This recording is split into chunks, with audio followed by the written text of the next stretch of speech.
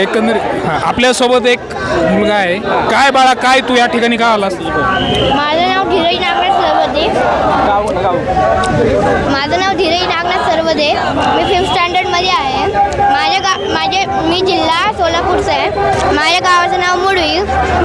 तर आता धर्मेंद्र प्रधाननी राजीनामा दिला, तर पुढच्या वेळी जो पण एज्युकेशन मिनिस्टर येईल तो धर्मेंद्र प्रधान सारखा असू नये. ह्याची कसा म्हणजे धर्मेंद्र प्रधान सारखा म्हणजे कसा?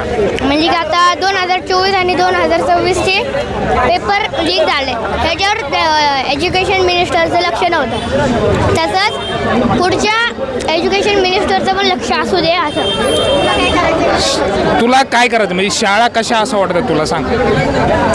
शाळा की जसं आमच्याकडे लक्ष आणि पुढच्या भविष्यात आम्ही काहीतरी असं सक्सेसफुल मॅन नाही तर MBBS डॉक्टर काहीतरी सक्सेसफुल. तुला काय व्हायचंय भविष्यात, शिकून काय होणार आहेस? MBBS doctor MBBS doctor MBBS होणार आहे. तर या सगळ्या कारणामुळे तू नीटच्या आंदोलनात सहभागी झाला का? हां माहिती आहे नीट कशासाठी? हां. तर एकंदरीत आपण या ठिकाणी पाहतोय की धर्मेंद्र प्रधान यांनी राजीनामा दिला आहे आणि हा एक मोठा विद्यार्थ्यांचा विजय मानला जातोय. त्या कारणामुळे पुण्यातील उल्लेख चौकामध्ये या ठिकाणी विद्यार्थी आणि सर्वपक्षीय जे पदाधिकारी आहेत या ठिकाणी गोळा झालेत आणि आपला विजयाचा जल्लोष साजरा करत आहे. कॅमेरा पर्सन स्नेहल सोबत मी प्रशांत खंदारे.